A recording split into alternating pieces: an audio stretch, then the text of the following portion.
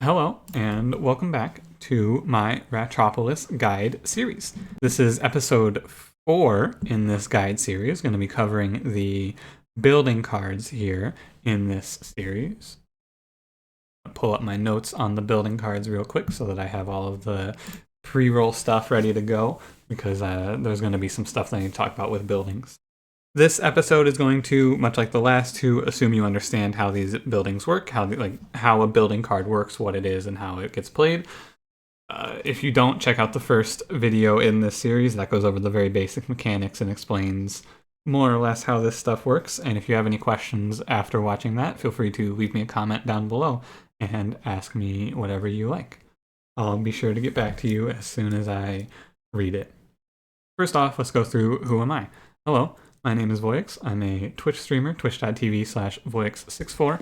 Stream every night, play some indie roguelike games. I've played a lot of Slay the Spire, played a good amount of Ratropolis. I'm currently playing Darkest Dungeon on stream, and after that game I will probably stream either some Ratropolis or probably some Slay the Spire, one of those two. If you want to come on over and talk about anything in these videos, talk about any card opinions that I have that you don't like, please feel free. I love talking about this game. I really, truly do. That out of the way, there's not a whole lot of pre-roll stuff to actually talk about with buildings. The only thing that you really need to know about buildings or understand is the space mechanic. So buildings, if you don't know, they get placed down on the field behind one of your walls, and each building takes up a set amount of space. You get from the town hall to your first wall, there are 7 spaces, and then every other wall to wall is 8 spaces. That's the numbers on that. One other thing to note, this is very important actually. With buildings, you need to make sure that if you're going against spitters, you do not put any buildings up against your first wall. You can't have a building right up next to your wall, the very first space next to a wall, on your wall that the enemies are going to be attacking. The reason for that is when spitters attack, they have a varying range that they will hit, and sometimes they will hit a little further than your units and your wall. They will hit your building. If they do this enough times, they will destroy your building. They will spawn plagued rats, which will then walk in and wipe you out. This is a very easy way to lose a run, so be careful with building placement if you know you're going against enemies, against spitters in the first 10 waves, which you probably will. Alright, that being said, let's get going. The first building is House. 50 cost, 1 space, common rarity, plus 4 Ratizen, plus 1 tax. You start with 1 house. There's very little to say about house. There is no world where having a house is bad. Upgrades to 75 cost, plus 6 Ratizen, plus 2 tax. This gives you population, this gives you income. The only time you don't want to take a house is if you have a better option, like you have a card choice that's better or you really need to remove a card.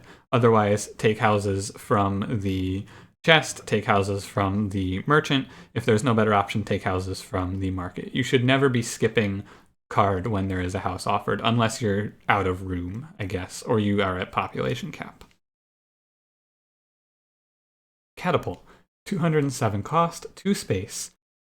Epic rarity, active every 15 seconds, fire a rock that deals 25 damage to the target area. Catapult is a defensive building. It's kind of like there's different classifications of buildings, I think.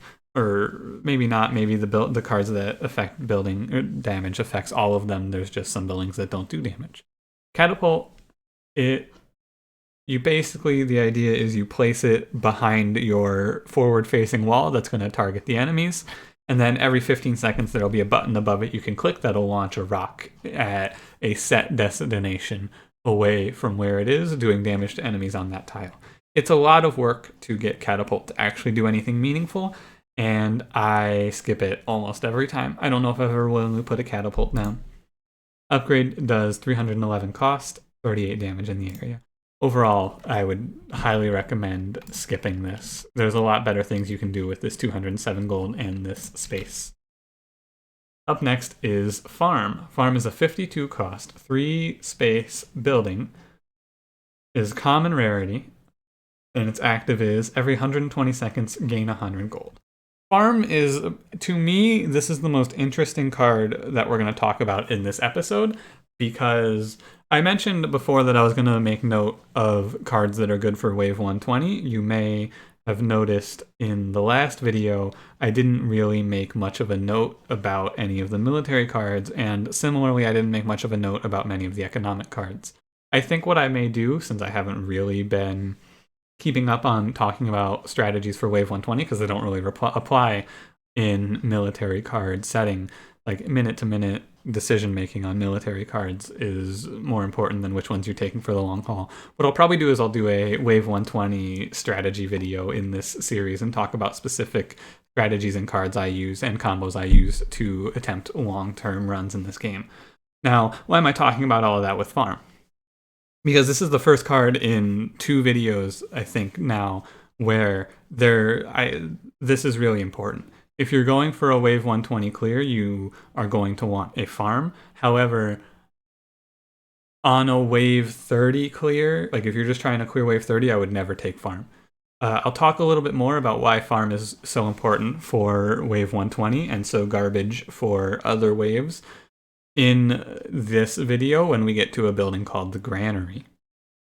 But essentially what you need to know is that farm is an economic plan in the super late game that doesn't require you to have any cards specific for economy. This is something that I'll go more in depth on another video. I've just now decided I'm going to go more in depth on wave 120 strategies because explaining this without having gone through the skill cards is hard. So expect that video after the skill card video. So all you really need to know for wave 30 is probably do you want to skip farms, because every 6 waves you get 100 gold. It's not particularly good, especially for 3 space. Defensive wall, 88 cost, 3 space, but the space doesn't actually matter on defensive wall. Build a defensive wall on the stump. The wall has 200 HP. Upgrades to 300 HP. The walls are important, obviously. Like, there's not much to say. Pick up a wall at every merchant, and when you have nothing better to pick up at the market, pick up a wall. That's pretty much all I can say. You need walls. Like, you have to expand territory. The one thing to note is that the 4th wall that you place down in one direction triggers the event that causes you to have to choose between -10 population, lose all your gold, or plus 5 seconds to enemy wave time, or like -5 seconds technically. Enemy waves come 5 seconds faster. Take walls. The space doesn't matter, by the way, because they get placed on stumps. And it doesn't take up space in your between area. Next up is library. 305 cost, 2 space, 1 legendary rarity, plus 1 card when you redraw, upgrades to plus 2 cards when you redraw, for 458 gold. Library is a good building. If you're not going for some infinite shenanigans, there's no reason to not take library. One interesting thing to note is that unlike most other buildings in this game, I talked about this a little bit when talking about the builder, library is one of the buildings where when you upgrade it, it's a linear upgrade. So if you're playing as the builder and you get 2 libraries, you want to place your second library on top of the first one, because 2 libraries side by side give you plus 2 cards. 2 libraries on top of each other give you plus 2 cards. It's a good building. There's one thing to note about buildings also is that none of these buildings are necessarily bad. No matter what, they're giving you a benefit. You're better off having them than not having them. So as long as you have space, it's good to take the buildings. When you start to run out of space is when you want to be a little more choosy. Barracks, 240 cost, 3 space. Epic rarity, active every 120 seconds, plus 2/+8 permanently on a chosen military card. Upgrades to +3, +12, 360 cost. This is a great building. This can single-handedly win you a game if you get it early enough. You just pick a military card, you upgrade that military card a number of times equal to your barracks uses, and you win. Multiple barracks is good. It's a really easy way to get a quick, easy win. Just stack up buffs on whatever your favorite military card is. Ideally, you want to buff melee units, though, because otherwise your ranged units are going to run into some trouble if they don't have something strong to tank for them. But you can also just buff ranged units and hope they obliterate everything.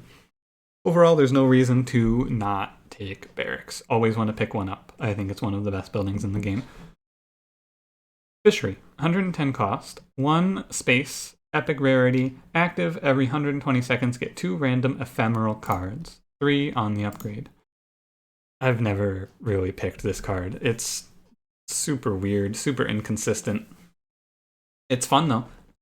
That's all I can really say about it. I don't have a whole lot more to tell you than that. If you like fun, wacky stuff, take this. You'll get something cool, hopefully sometimes. Like maybe it'll get you a cool building. But for the most part, the inconsistency isn't for me. Aid Station, 82 cost, 2 space cost, rare rarity, active every 40 seconds, restore 20 HP to all military units. Upgrades to 30 HP, 123 cost.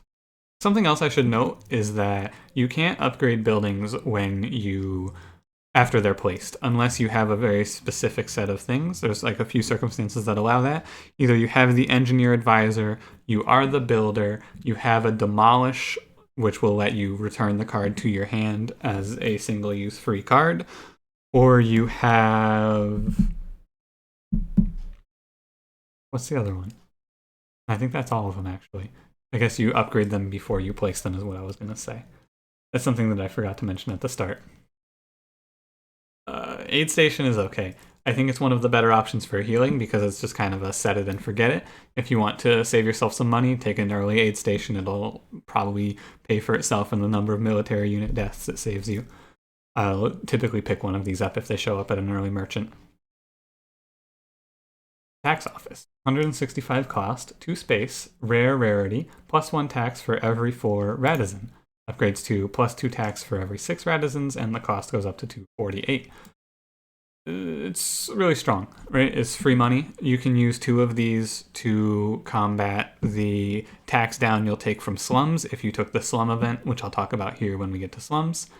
Combo this with raise tax to have a really strong plan for clearing wave 30. It's a very strong economic plan.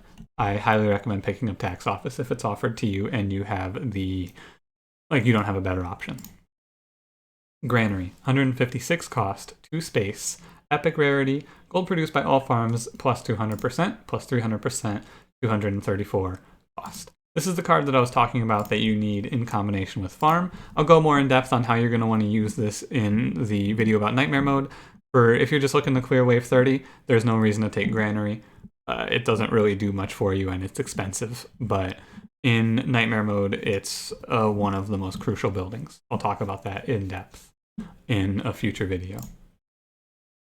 Watchtower, 65 gold, 1 space, common rarity. Every 1 second fires an arrow that deals 5 damage to the enemy. As I talked about earlier, if you're going to take watchtowers, you cannot place them right up next to the wall. They'll get sniped by the enemy spitters and you will lose. However, I typically don't take watchtowers in the early game. If I do, I just put them down and save them for later, more or less. Watchtower is another very important card for Nightmare Mode clearing. Watchtower, in the strategy that I use, will hold down your defenses for the first 30 waves after Nightmare Mode. So 30 to 60 can be held entirely with watchtowers, which is typically what I do, as long as you get 2 of them. Other than that, though, if you generate one early, there's no reason not to put it down. It only costs you 1 space. You won't really miss it. The upgrade makes it fire 2 arrows. So upgrading it is actually also, it's another one of the buildings that the upgrade is good for you.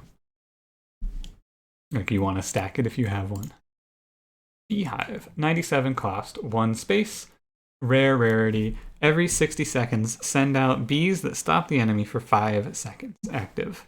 Upgrades to 8 seconds on the stun, 146 cost. I've tried this building a few times. It's one of the newer ones. It seems to only stun a single unit to me. However, that may be wrong. It may stun up to 3. I couldn't really tell because the enemies were all stacked up. I don't think this building is worth taking. I never really pick it up. It's really mediocre. For me, it's a pass. Warehouse, 138 cost, 2 space. Rare rarity, reduce production time of adjacent buildings by 30%. The important thing to note about Warehouse, by the way, 45% on the upgrade, 207 cost. The important thing to note about Warehouse is that with its 2 space cost, you can place it in the middle of an empty field. So if you have 2 walls with nothing in them, you place this in the very middle, you can fit 2 3 space production buildings on either side of it. That requires foresight. I typically don't take this because it takes a little bit of work and the effect is mediocre at best. Although maybe there is a case for using 2 of these. I wonder if it stacks additively. I should test this building more. Imagine 2 of these upgraded on either side of a market. Does that reduce production time by 90%? I'll have to test that out. I'll try to test that out in a future video. But for right now, I would suggest staying away from this card unless you're certain that you really want it. Mine, 66 gold, 2 space. Rare rarity, every 60 seconds, draw a selected card from the card tomb. Upgrades to every 40 seconds and 99 cost.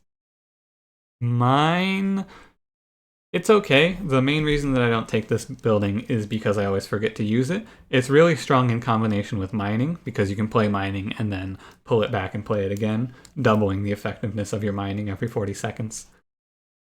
If you're doing an infinite and you mess up your infinite, you can also use this to recover it. Right, so if you play steel and then realize that you won't be able to redraw steel, you can then pull steel back with mining and play it again. For the most part, though, I just skip it. I probably should take this building more. I just always forget to use it because the cases for using it are so interspersed, I just forget I have it. Tannery, 31 cost, 2 space, common card, +4 bounty. Bounty, whenever you kill an enemy, you obtain gold. So this gives you +4 gold every time an enemy is killed. Upgrades to +6 gold, 47 cost. Yeah, early game I pick up any tannery that they show me, it's free money. As long as you have the space for it, I would always grab these and just throw them down because you're typically going to have more space than you're going to have buildings. And 2 space, this building will pay for itself. Okay, factory. This card is 390 cost, 4 space, it's legendary, -4 second redraw cooldown, -6 second redraw cooldown on the upgrade, 585 costs. Factory is okay. It's very expensive, costs a lot of money, has a big space cost as well. You can only get 2 of these down per area between walls at most. I think that factory is pretty good. You can get yourself a decent, if you get 2 or 3 of these, you will redraw. You probably don't have to pay for redraw anymore. And it's a strong strategy for clearing wave 30. However, in nightmare mode, I don't want to have my building space taken up by factories. But it's not bad. Monastery, 72 cost, 3 space, rare, rarity. Active every 120 seconds, remove 1 card. Upgrades to 108 cost, 80 seconds. This is one of the most important cards in the game as well. This is something that you're always going to want to have at least one of. Card removal is, I would say arguably, this is the second most important game. I think Barracks is really important, as I mentioned earlier. I think Monastery is more important. You always want to make sure you have at least one of these. Public Bath. 333 cost, 4 space, legendary building, +5 second wave period, upgrades to 8 seconds, 500 cost. It's really expensive. This card is super expensive, but it's really important. If you want to go for a long-term plan for nightmare mode, you want to have as many of these as you can. Essentially, you're going to want to replace every other building using a card that I'll talk about in the skill set called Demolish. You're going to want to replace every other building in your colony with Public Bath, except for select a number otherwise, because 5 seconds is really important. I would pick this if you have for wave 30, you pick this if you have the economy and the space to support putting one of these down. You don't want to pick up one of these if you're hovering around 200 gold at all times, because you'll never be able to play it. But if you have the money, the extra time that this is going to give you is crucial. More time means more time for your active buildings to pop, more time to generate money. Great building. Really like it. Plaza.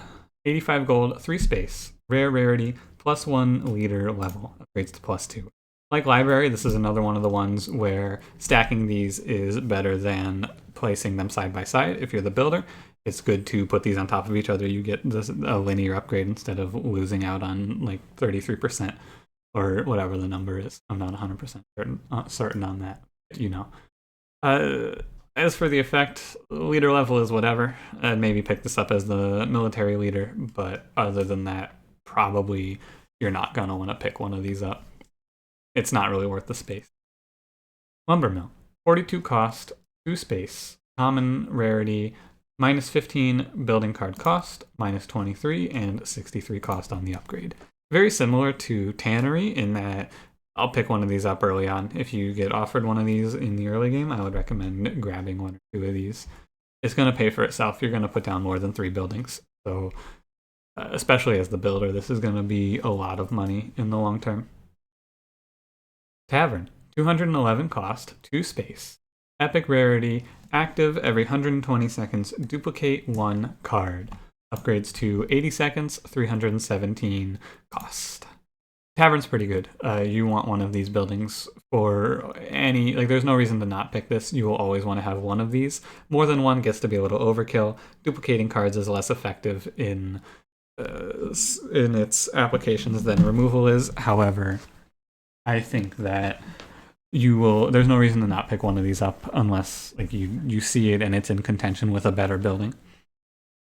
It's really strong though. The option to duplicate cards lets you duplicate things like D-Rex or other strong single uses. Barn, 66 cost, 3 space, common rarity. Whenever you discard a card, plus 8 gold, upgrades to plus 12 gold, and 99 cost. I talked a little bit about Barn in the intro guide because I saw one. This is a really good early building. This is going to help your economy a lot. It's one of the few buildings that actually actively impacts your economy in a positive way. Like Lumber Mill does, but it's more of a passive benefit on when you play buildings. This is an active gold generation card. When you redraw cards, that counts as discarding your hand, so this generates you 8 gold per card in your hand when you hit redraw. It's really strong. Barns are always good to pick up, as many of these as you can get and fit in your colony reasonably. However, they do not have much application in the Wave 120 late game. Smithy, 265 gold, 2 space, epic rarity, active every 120 seconds, upgrade 1 card, upgrades to 398 cost, 80 seconds on the time.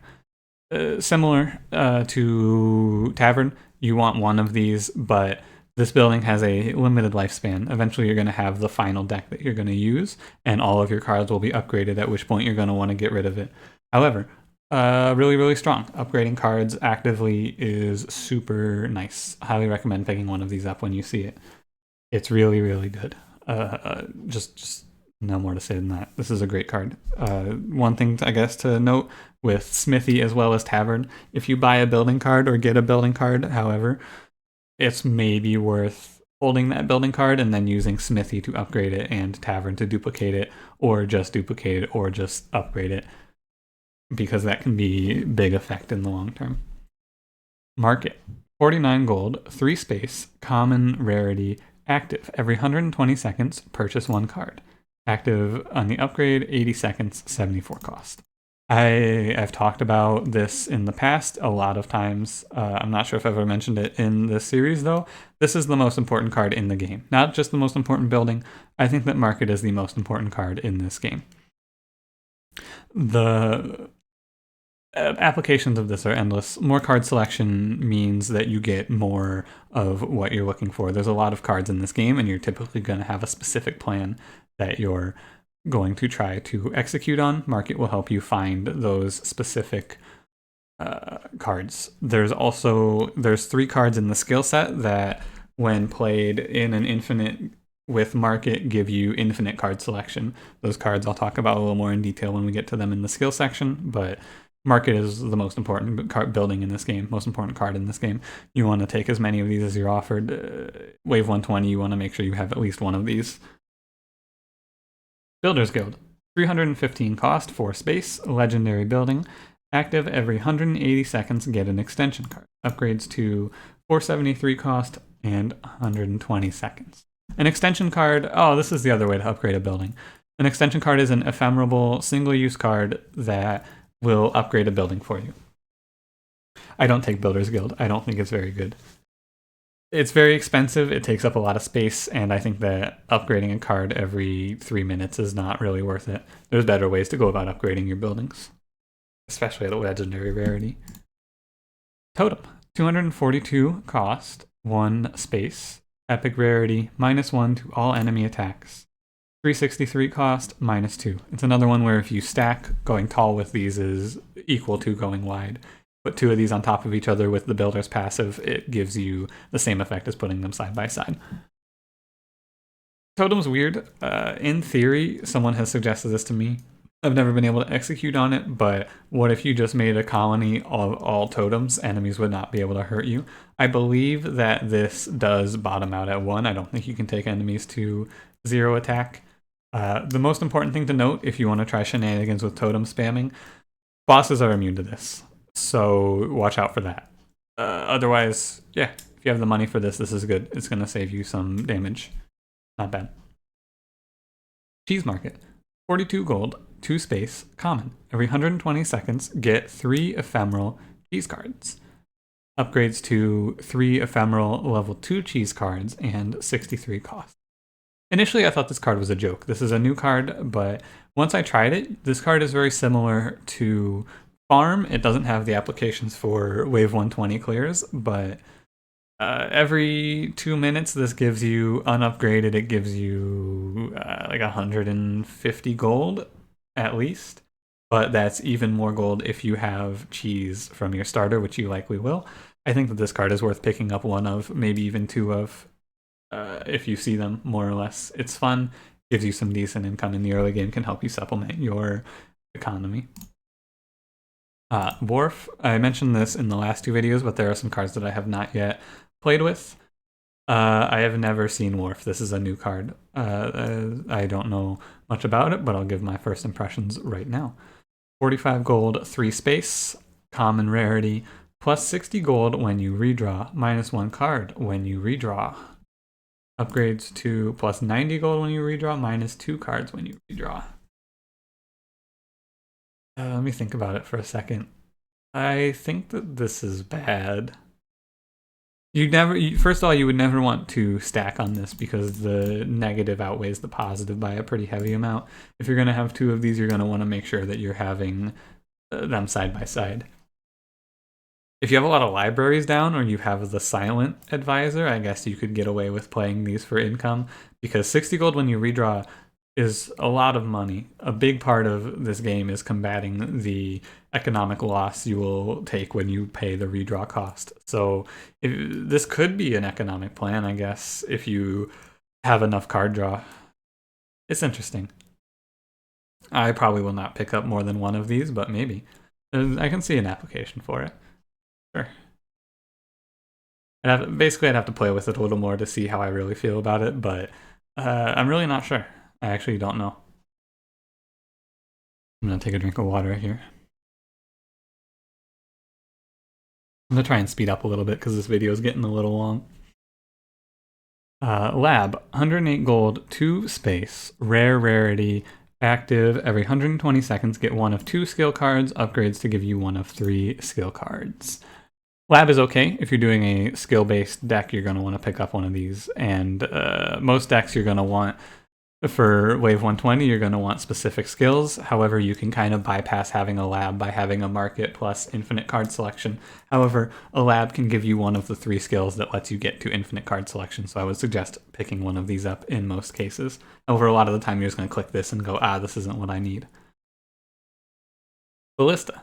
301 cost, 2 space, legendary, active every 15 seconds, fire a powerful arrow that pushes the enemy back and deals 30 damage. Upgrades to 45 damage, and the gold goes up to 452. I don't take Ballista. I don't like active frontline buildings that you have to constantly go back to and use and aim properly. I wouldn't recommend this building. It's really expensive, and there's better buildings you can put on the front lines for my money.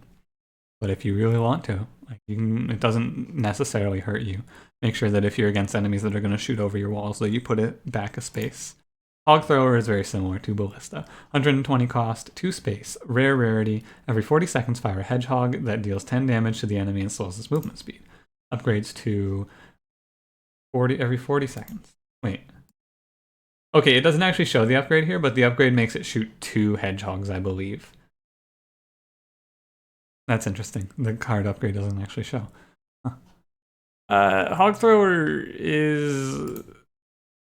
like, it's different than Ballista in that if you put these down between waves, they stay on the ground. It puts a little... it's essentially putting down a little mine. If you stack up a ton of these, they will basically slow enemy movement to a halt.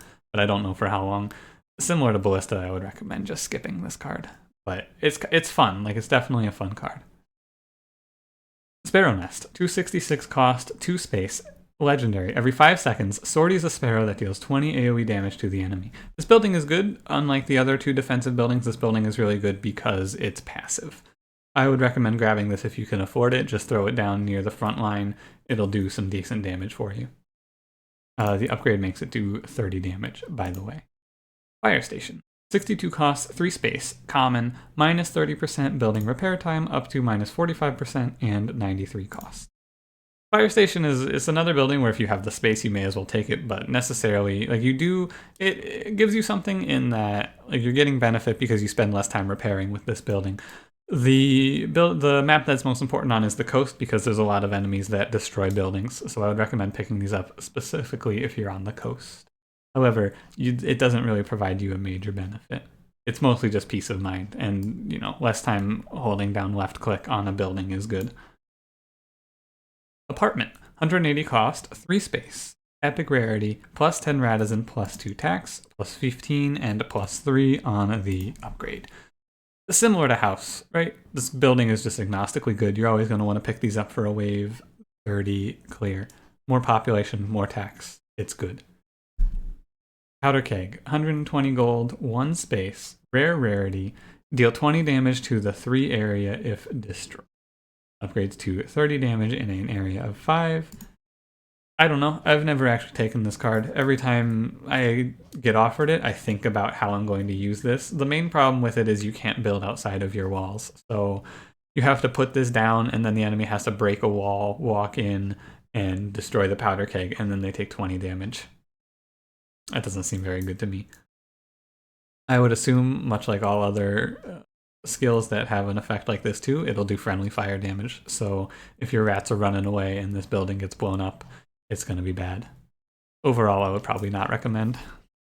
Horn, 98 gold, 2 space, rare rarity, active every 60 seconds, plus 5 attack to all military units for 10 seconds, upgrades to 8 attack and 15 seconds. Initially, I was going to say I think that Horn is terrible. However, if you have a card that increases production time, or reduces it, I mean, labor command, work, visit, things like that, you can use Horn with those cards to give your units across the map a big attack bonus in an infinite. So you can use this to replace Battlecry in that respect. And I use Battlecry a lot to buff up my guards to make them just obliterate enemies. And Horn can do that on both sides for waves that hit from both sides. I'll talk more about this strategy though, because it's weird to talk about. I'll talk more about it when we talk about the skills. Slum. 35 gold, 1 space, common rarity, plus 2 Radizen, minus 1 tax. Get another Slum card when used. Upgrades to level 2, plus 3 Radizen, minus 2 tax. Get another level 2 Slum when used. Slum is interesting. This card only comes up in an event. You'll only get this when you get the Slum event if you take it.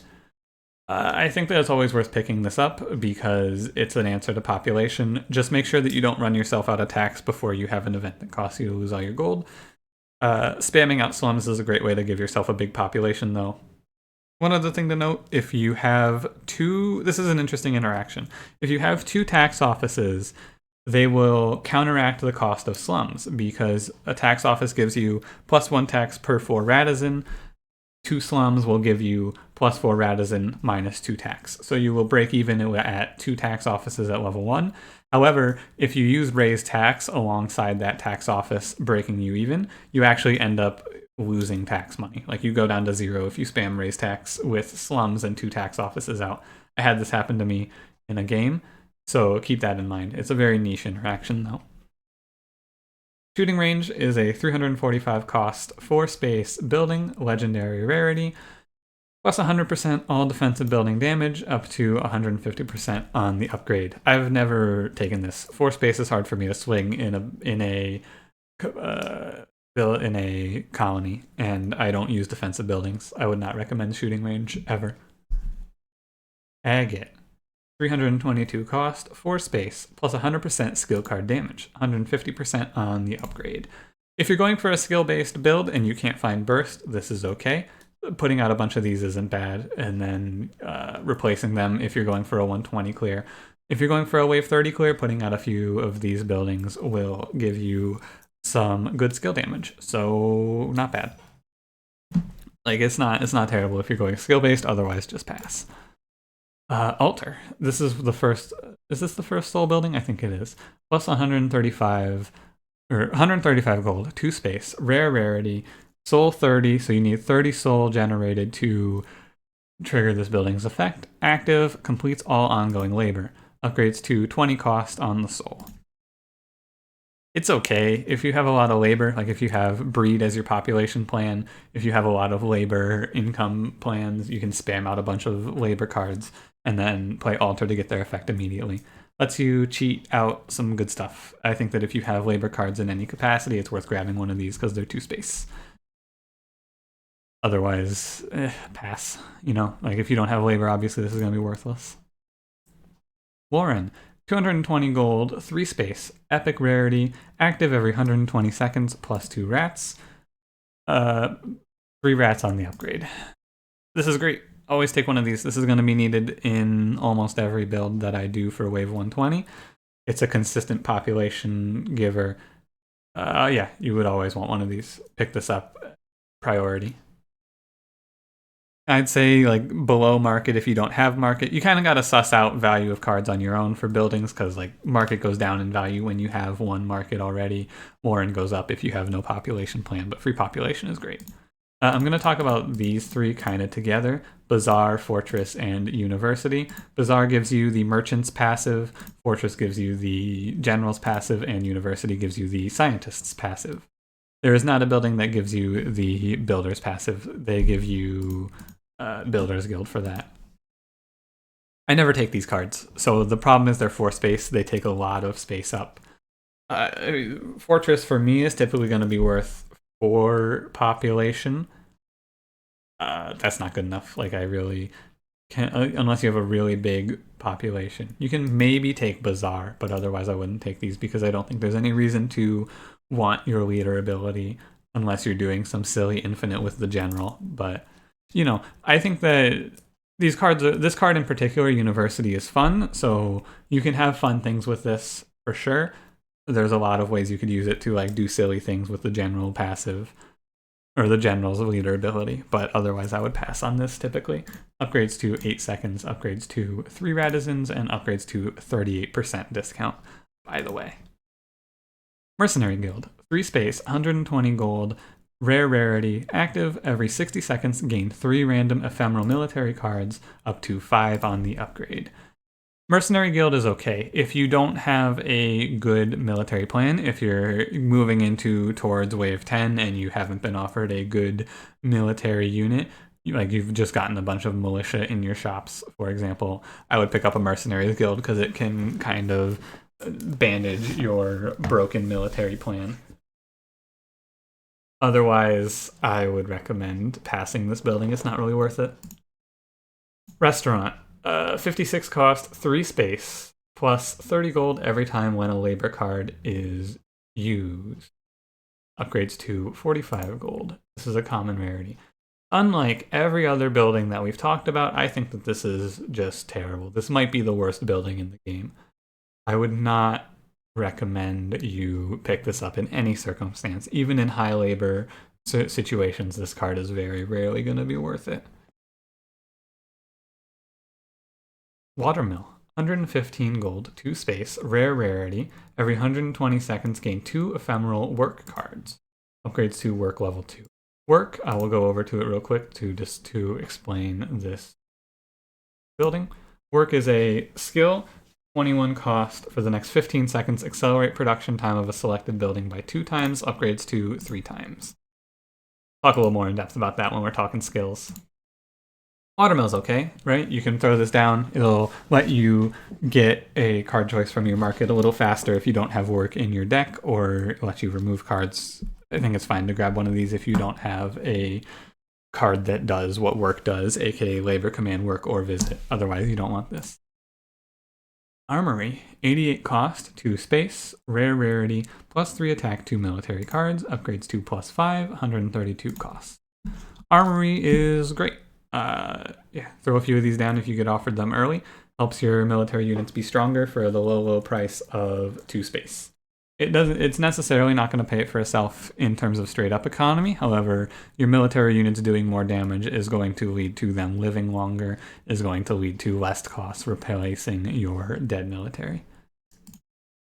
Shoe Market, formerly known as Cobbler's Shop, I believe. 39 cost, 2 space, common rarity, 30% movement speed to military units, plus 45% movement speed, 59 on the upgrade. Initially, I thought this was one of the worst buildings in the game. I used to think that this is worthless, never take it. However, what I found is that, especially with the advent of Duckling Rider, this is a great building if you want to eventually have very fast ducks. But on top of that, having high movement speed helps to combat the bad military AI. Your melee units, if they get to the enemy faster, they have less time for their AI to screw up and have them turn around. On top of that, if your wall gets broken, a few shoe markets may be the difference between your entire army getting run down as they retreat to the next wall and your entire army making it and then mounting a solid defense at the next wall. I would recommend grabbing these if you're offered them early on. They're very cheap, they don't take up much space, and they have multiple applications. Summon Pit, see the last video where I talk about Earth Spirit for what Earth Spirit is.